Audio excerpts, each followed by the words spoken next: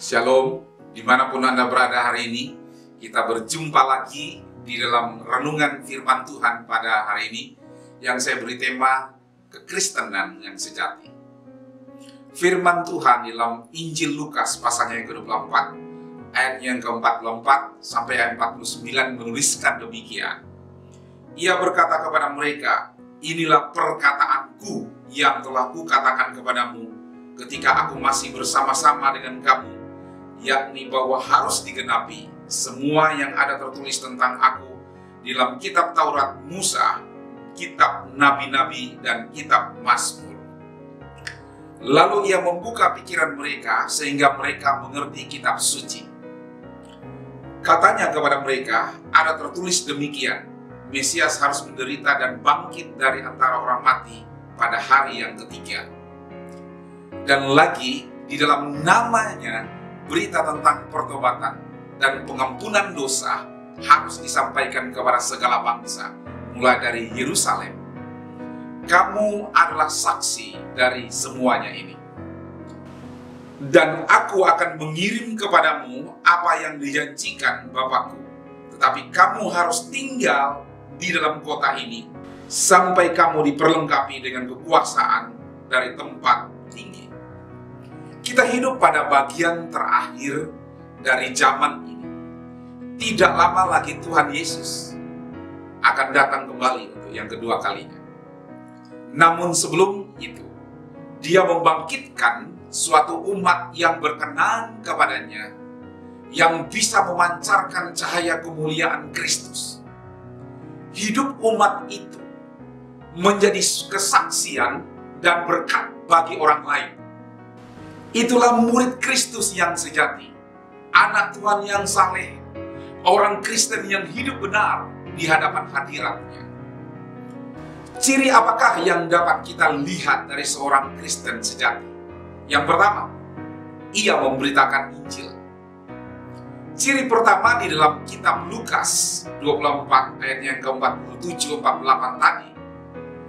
Dan lagi dalam namanya berita tentang pertobatan dan pengampunan dosa harus disampaikan kepada segala bangsa, mulai dari Yerusalem.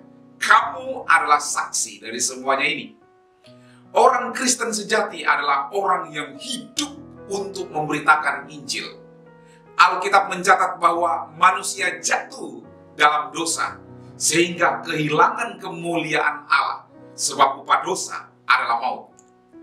Oleh karena itu, kita harus mati dan masuk neraka. Namun ada berita baik dari berita Injil. Injil artinya kabar sukacita bahwa ada keselamatan bagi kita manusia berdosa. Kita seharusnya masuk neraka, tetapi ketika kita percaya kepada pengorbanan Yesus di atas kayu salib, bertobat pada Allah dan mengundang Dia masuk dalam hati kita, segala dosa kita disucikan oleh darahnya, dan kita dilayakkan mendapat tempat dalam kerajaan surga. Berita tentang pengampunan dan pertobatan ini harus disampaikan kepada segala bangsa. Kita adalah saksi dari semuanya ini. Firman Tuhan mengatakan bahwa darah Yesus Kristus sanggup menyucikan dari segala dosa.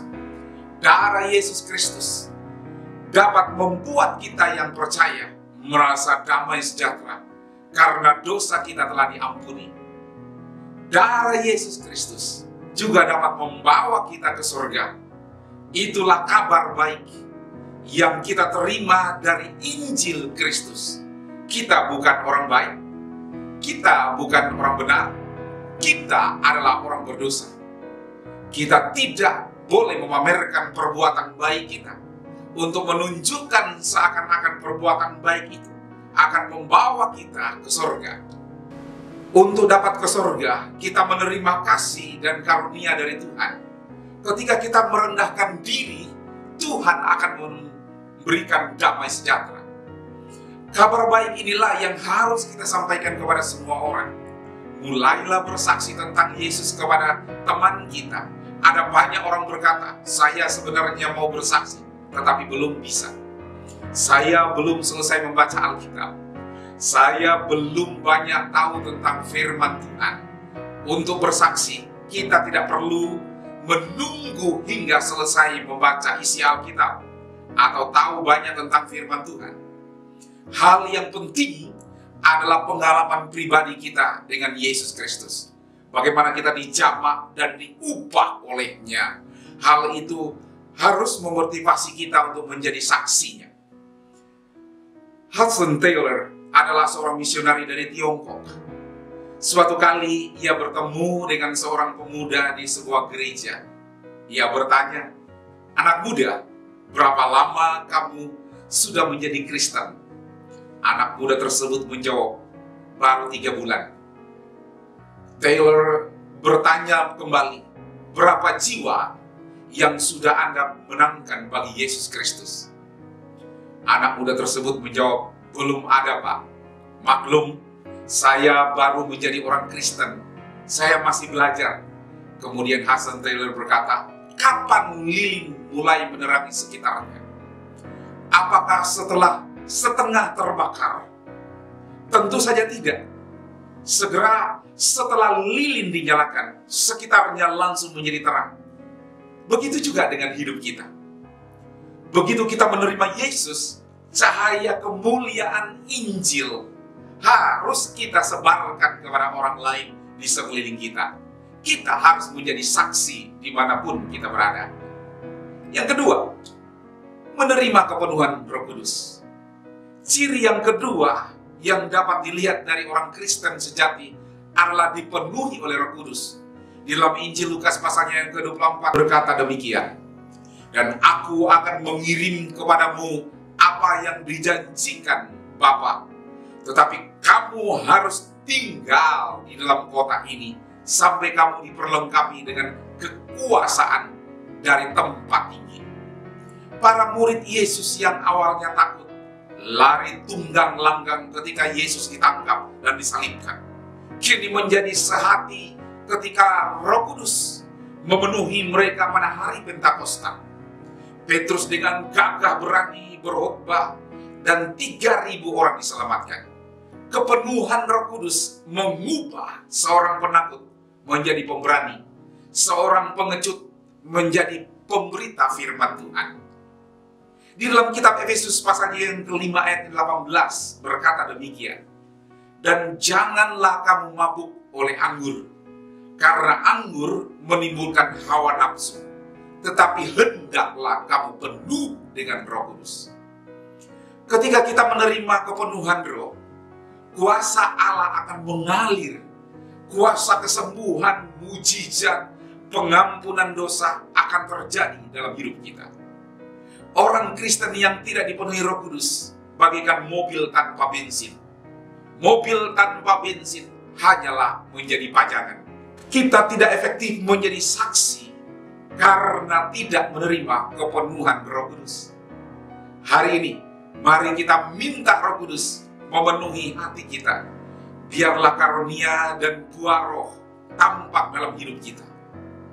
Pengurapan Roh Kudus mengubah hati yang suram, hati yang tanpa iman. Oleh karena itu, mari kita bersekutu dengan sumber kuasa Allah, yaitu Roh Kudus. Lampu dapat menyala karena dihubungkan dengan listrik. Namun jika tidak dihubungkan dengan sumbernya, lampu tidak akan pernah menyala. Begitu juga dengan hidup kita. Kita harus selalu terhubung dengan sumbernya, yaitu Roh Kudus di dalam diri kita. Suatu kali ada seorang misionari dari Amerika yang lama melayani di Afrika. Ia melayani penduduk yang terasing. Setelah sekian tahun, ia mendapat cuti dan kembali ke negaranya di mana dia berasal. Ia menggunakan kesempatan tersebut dengan senang hati. Ia mengajak seorang penduduk asli yang sudah lama melayani ke Amerika. Orang Afrika tersebut terpesona ketika ia naik pesawat terbang. Begitu ia turun, ia kagum melihat banyak gedung tinggi dan lampu yang menyala. Ketika masuk hotel, ia melihat air mengalir sangat deras melalui keran air di wastafel. Ia teringat bahwa untuk air di Afrika, ia harus berjalan sejauh 1 kilometer. Kemudian ia menimba terlebih dahulu. Sedangkan keran ini, begitu diputar, keluar airnya. Ini adalah mujizat. Ia berniat membawa keran ini sebagai oleh-oleh untuk keluarganya. Malam terakhir sebelum ia pulang, ia menjebol keran air dan memasukkan ke dalam tasnya. Ketika ia pulang ke Afrika, ia mengumpulkan seluruh keluarganya dan berkata, "Saya membawa oleh-oleh. Kita pasti bahagia karena tidak perlu berjalan berkilo-kilometer untuk mengambil air." Ia mengambil keran tersebut dan menancapkannya ke sebuah bongkahan tanah di depan rumahnya. Ia mulai menghitung, tetapi air yang ditunggu tidak juga muncul. Ia berpikir bahwa keran itulah sumber mujizat. Ia tidak mengerti bahwa alat itu tidak ada artinya jika tidak dihubungkan dengan saluran air. Demikian juga dengan kita. Jika kita menaikkan doa dan menumpangkan tangan untuk mengusir setan dalam nama Yesus Kristus, tetapi kita tidak memiliki hubungan dengan Roh Kudus, pasti tidak terjadi mujizat. Mari kita selalu memiliki hubungan dengan Roh Kudus. Yang ketiga, menyembah Allah yang hidup. Ciri yang ketiga, Kristen sejati ditunjukkan dalam Injil Lukas pasal yang ke-24 ayat yang ke-50 sampai 52. Dikatakan demikian, lalu Yesus membawa mereka keluar kota sampai dekat Betania. Di situ ia mengangkat tangannya dan memberkati mereka. Dan ketika ia sedang memberkati mereka, ia berpisah dari mereka dan terangkat ke surga. Mereka sujud menyembah kepadanya. Murid yang sejati menyembah Allah yang hidup. Kita tidak boleh menyembah ilah-ilah palsu. Saya terkadang heran, orang Kristen percaya Yesus tetapi masih pergi ke dukun. Kita tidak perlu percaya kepada hal-hal seperti itu. Sebagai contoh, suatu kali Ratu Victoria dari Inggris menghadiri kebaktian khotbah yang disampaikan pada hari itu tentang akhir zaman. Sepulang dari ibadah, ia berkata kepada rekannya, "Betapa aku ingin mempersembahkan mahkotaku untuk kemuliaan Tuhan." Itulah satu sikap penyembahan yang berkenan kepada Allah. Segala kemuliaan, kehormatan, kesuksesan kita taruh di bawah kaki Yesus dan mempersembahkannya untuk kemuliaan hanya bagi Dia. Di dalam Yohanes 4 ayat yang ke-23 sampai ayat yang ke-24 mengatakan demikian. Tetapi saatnya akan datang dan sudah tiba sekarang bahwa penyembah-penyembah benar akan menyembah Bapa dalam roh dan kebenaran. Sebab Bapa menghendaki penyembah-penyembah demikian. Allah itu adalah roh. Barang siapa menyembah Dia harus menyembahnya dalam roh dan kebenaran. Murid sejati suka memuji dan menyembah Allah dalam roh dan kebenaran. Menyembah dalam roh artinya dari hati yang terdalam, menyanyi dengan kesungguhan dan batin yang terangkat kepada Allah. Sementara menyembah di dalam roh berarti kebenaran firman Allah harus kita taati di dalam kehidupan kita sebagai penyembah.